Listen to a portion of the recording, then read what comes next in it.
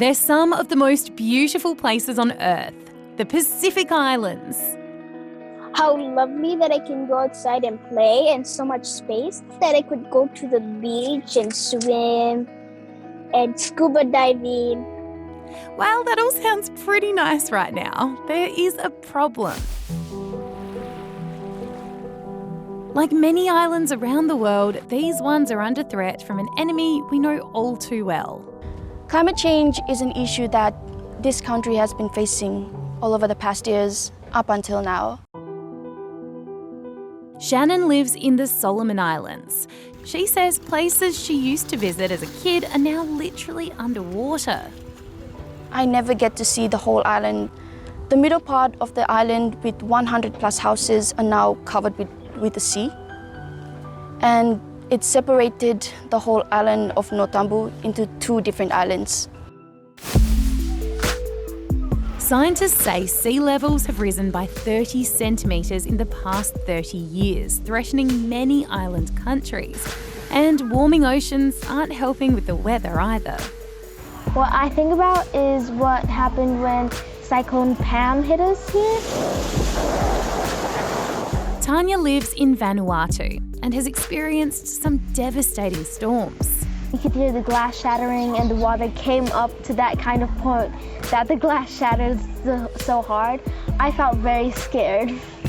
A recent climate report says kids in the Pacific are 10 times more likely to experience extreme weather events than their parents. First cyclone hit with thunder and lightning. I looked outside the window and I was scared. Ayana lives in Fiji. At school, she has lessons about what to do if there's a cyclone. We learned that we should board up the windows because strong wind can come. And by looking at how the climate patterns are changing and how climate change has affected my family, my village, my home, I don't actually know how my future would turn out to be. They're not the only ones worried about the future. At the recent COP26 Climate Conference in Scotland, some wealthy countries, including Australia, promised to put more money towards helping poorer countries deal with the effects of climate change.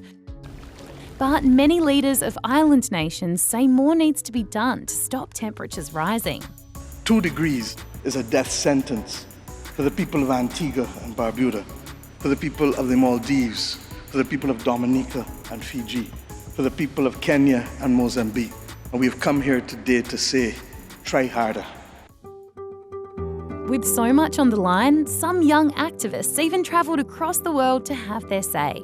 We contribute the least to climate change, but we are on the front lines of climate change, so we are feeling the effects the most. I'm very hopeful that in the near future, if our youth work together, that we can be better leaders. Back in the Pacific, Shannon, Ayana and Tanya say they hope the world won't forget them and their island homes. I want the world leaders to sympathize with us Pacific Island countries and to see how my people are suffering and how they are struggling to survive due to climate change. My future and my family's future, my own country's future is at stake here.